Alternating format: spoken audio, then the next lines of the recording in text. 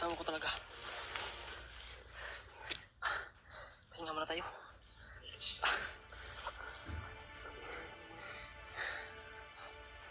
Yung baril ko ba? Asan yung baril mo? Hindi ko maputok. Ano mo na ba? Pumapalya na talaga. Daot ka na.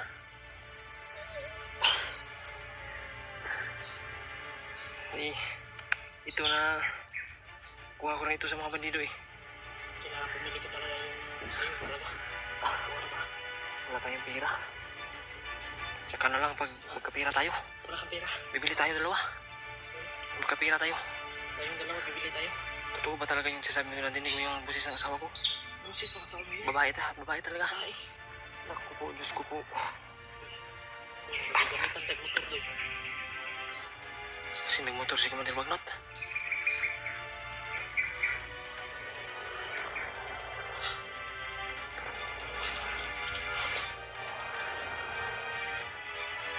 Napakawarsak mag-drive. Parang nagmamadali. Doy, ano yung pasya natin? May nakita kasi akong video ni Brad Buds na kailangan makita natin si Brad Buds. Kita natin. Sabi ng ibang mga supporter ay isa lang daw tayo naman. Yun nga yung problema. Yung location natin. Pero sobrang lawak naman ito lang. Magkapareha lang yung location pero napakalawak po. Pero iba po yung ano natin. Iba yung siguro iba yung location natin. Magkapareho lang talaga. Sa Mount Lagubulo tayo. Hindi natin alam kung Mount Lagubulo na ba ito. Po mga tol, sana po ay maiparating niyo po itong video na to sa kina Brad Buds sama namin.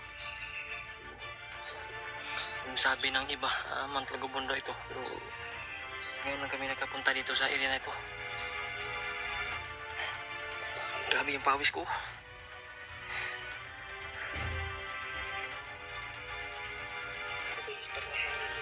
Pero mas mabuti siguro yung pasya tayo na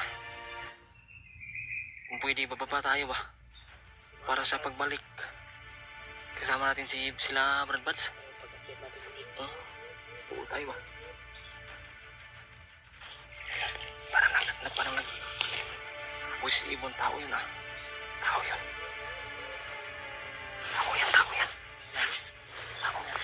Signal yan, sign na nila.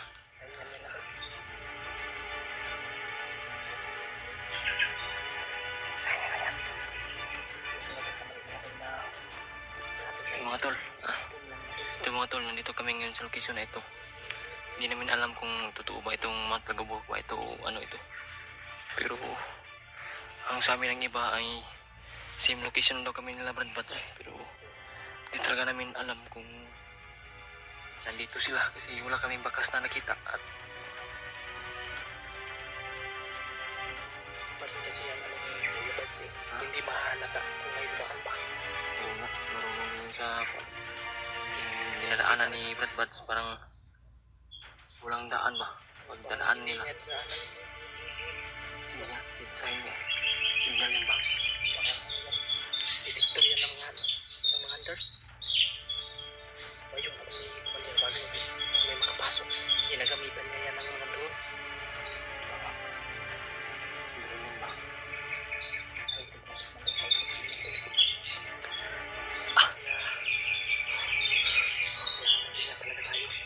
Grabe din yung pawis mo. Basa rin yung buhok mo ba?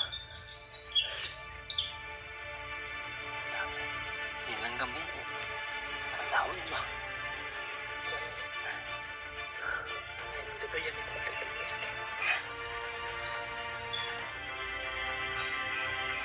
Biglang tumahimik yung iba. Iba talaga. Biglang tayo dito. Kaya tumitingin. Tumitingin natin yung paligid sa mga gumagapang ba. Hindi tayo pwedeng nalalakad. Hindi tayo alam kung saan tayo patungo nito. Sana nga po ito yung sabi ni Brad EG na may narinig na siyang busis ng babae na humingi ng tulong po. Akala ko din narinig ko yung busis ng asawa. Hindi ko narinig kasi yung takbo ko. Hindi ko na alam kung anong gagawin ko. Kaya takbo ako na takbo. Yung sabi ko sa'yo, binabanggit ko palagi yung pangalan mo. Takbo tayo pala, takbo. naninilangan lang tayo ba? Buti na lang nagtakbo tayo para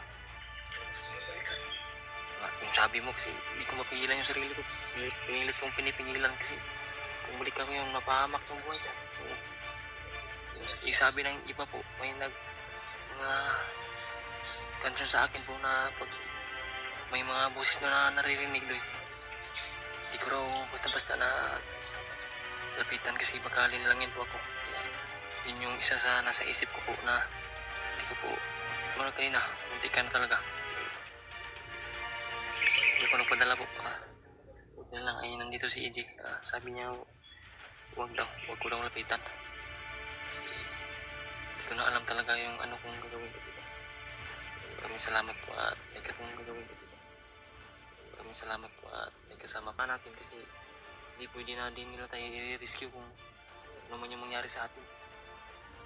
Alam naman natin yung mga kasama natin na hindi tayo pababayaan, no? Na Brad Buds at Go Alpha at si Brad Raymart. Kaya hindi tayo pababayaan. Sa mga nag-request po, ano ba, nilagay ng G ba? Oo nga, ang daming nag-request po.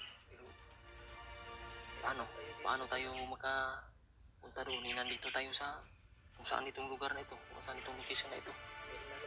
Hindi namin alam, parang nasaag na talaga kami eh.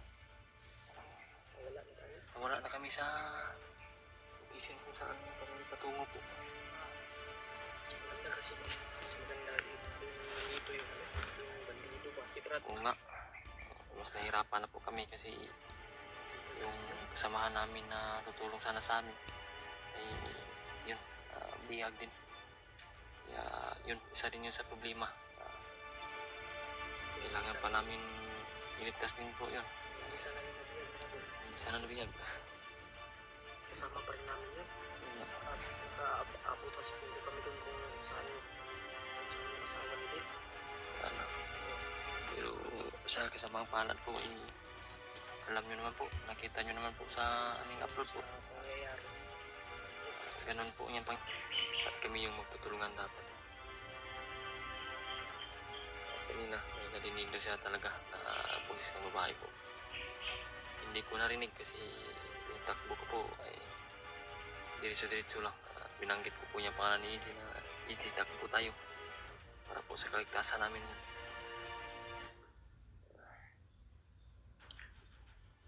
Ito nga yun mga tol, yung Ray-Ban ni Brad, yung kasama namin na bandido, tulong sana sa amin. Ito yung Ray-Ban niya. Hindi ko po ito iiwanan. Dalhin ko ito kung saan man siya ngayon. Maligtas man namin siya. Isasauli ko ito sa kanya.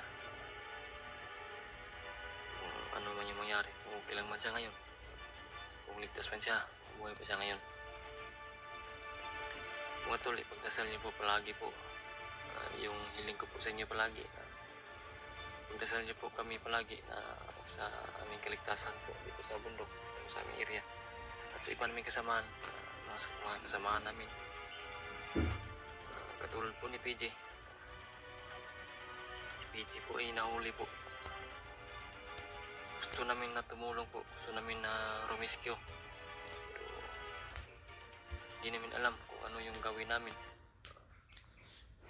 Yung problema namin ay mabilan daw. Ngayon, wala na siya, wala na tayo. Makita na tayo. Ayun na, gandahan tayo kung baka makakita tayo ng mga lamang gubat dyan na pwede kainin. At yung nakaraan, kakain tayo. Yung saging sa saging. Kahit papaya lang. Kapayas ba? Ayun na, gandahan tayo.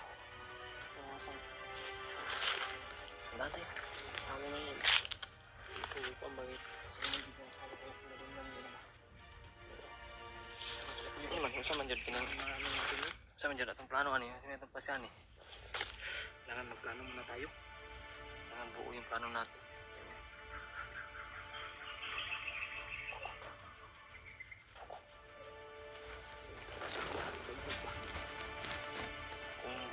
Kung pwede na makababa tayo, hanapin natin si Kuya Buds. Bababa tayo. Kailangan makontak natin si Kuya Buds. pagbalik natin ba sa pag-akyat, kasama na tayo sa